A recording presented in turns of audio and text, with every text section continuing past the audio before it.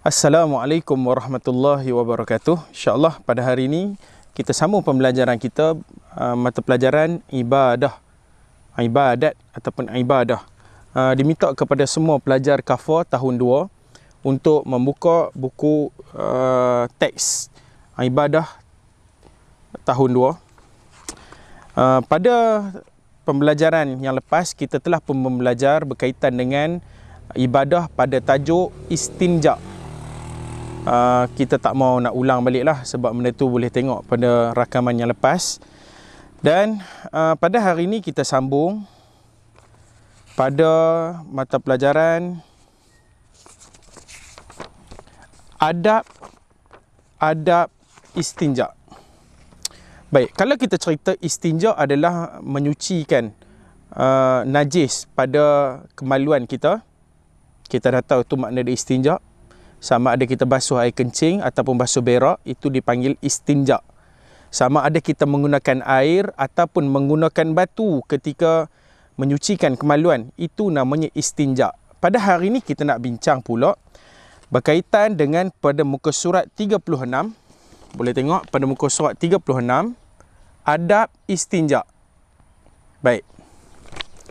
Diminta kepada waris-waris untuk memerhatikan dan mengawasi anak-anak, dan diminta untuk waris-waris supaya suruh anak-anak ikut apa yang saya akan sampaikan sebentar lagi. Baik, semua pelajar-pelajar diminta ikut adab beristinja. 1. Tidak membuang air di tempat laluan orang ramai. Semua baca. 2. Dilarang membuang air di lubang tanah, tembok atau seumpamanya. 3. Tidak boleh membuang air di bawah pokok yang sedang berbuah. 4. Tidak boleh buang air dalam air yang tenang. 5. Sunat melangkah masuk tandas dengan kaki kiri dan melangkah keluar dengan kaki kanan.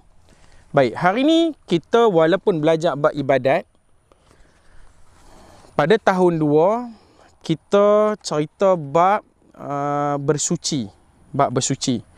Kita nak ambil wuduk, sebelum nak ambil wuduk apa semua, mesti kita kena sucikan diri kita daripada najis, terutamanya najis yang air kencing dan berak kita lah.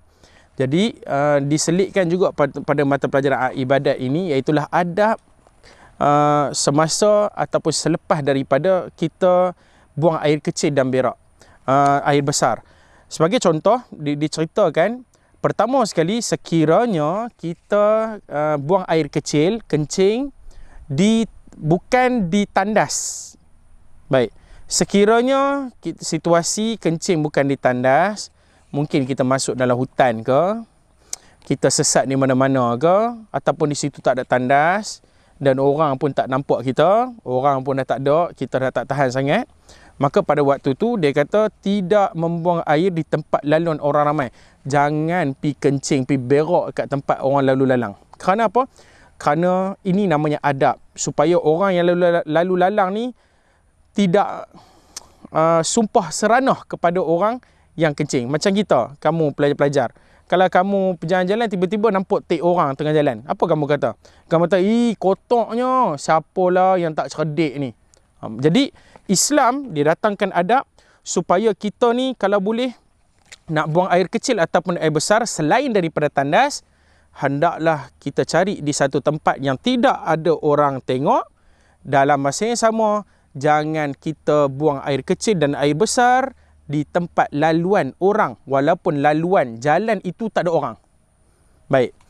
Dan di antaranya lagi, kita tidak boleh buang air di lubang yang bukan dikorek oleh manusia. Sebagai contoh, kita masuk hutan, kamu masuk hutan, tiba-tiba kamu sesat. Kamu sakit perut. Kamu kata malas nak korek lubang ni, pi berak dalam lubang ular. Jadi itu pun bukan adab di dalam Islam. Jangan pi berak, pi kencing pada lubang-lubang, terutamanya lubang binatang. Kerana apa? Kerana haiwan juga ada perasaan. Kerana dia khawatiri juga, kalau kita nak berak lubang ular ke apa ke, dia patut naya jugalah. Jadi sebab itu Islam suruh, kalau boleh, ketika mana kita buang air kecil mahupun air besar, jangan kita selain daripada kita buang air kecil dan besar di dalam tandas lah. Kalau dalam tandas itu lubang jamban semua tu memang bukan lubang binatang, maka itu tidak ada masalah. Baik, tidak boleh membuang air di bawah pokok yang sedang berbuah. Baik, jangan pi kencing, jangan pi berak pada pokok. Kata para ulama, walaupun pokok itu tidak berbuah.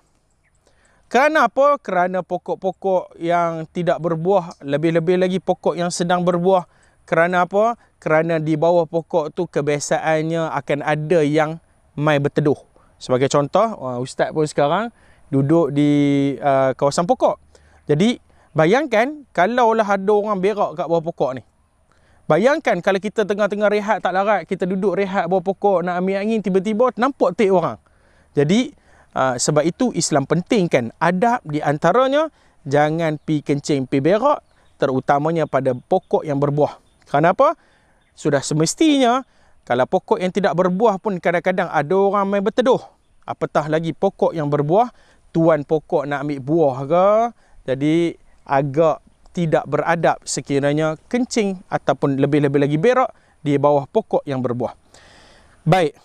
Sunat masuk ke tandas dengan kaki kiri. Dia bagi tahu sekiranya kita berak ataupun kencing di dalam tandas ataupun bilik air, sunat kita langkah masuk kaki kiri, keluar daripada bilik air ataupun tandas menggunakan kaki kanan. Ingat, masuk tandas guna kaki kiri, keluar tandas guna kaki kanan. Baik. 7. Ikut Ustaz. Membaca doa sebelum masuk tandas. Membaca doa ketika keluar dari tandas. 8. Haram menghadap atau membelakangi kiblat sekiranya tidak ada penghadang. 9. Makruh membuang air di dalam binaan yang tidak dikhususkan. 10. Memberatkan duduk di atas kaki kiri. 11. Jangan melihat ke langit, jangan melihat kemaluan atau najis yang keluar. 12. Makruh bercakap-cakap atau bersuara ketika membuang air.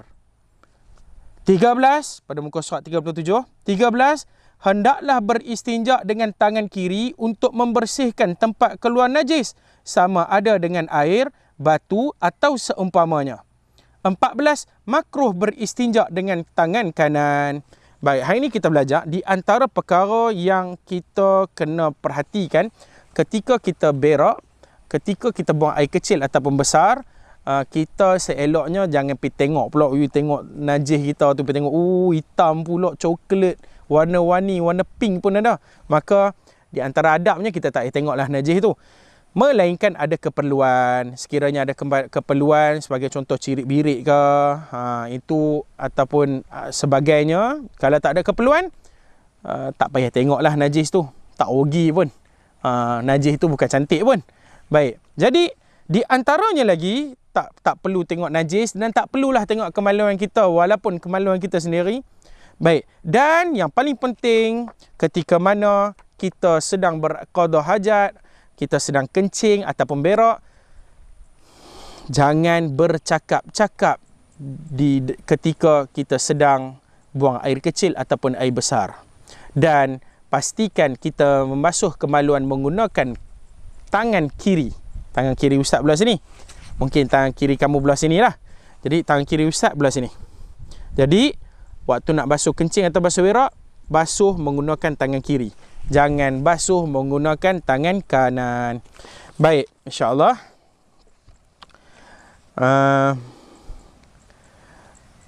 InsyaAllah kita akan cukup sekadar itu dulu untuk pelajaran ibadah tahun 2. Moga-moga perkongsian kita pada hari ini dapat memberi manfaat insya-Allah. Assalamualaikum warahmatullahi wabarakatuh.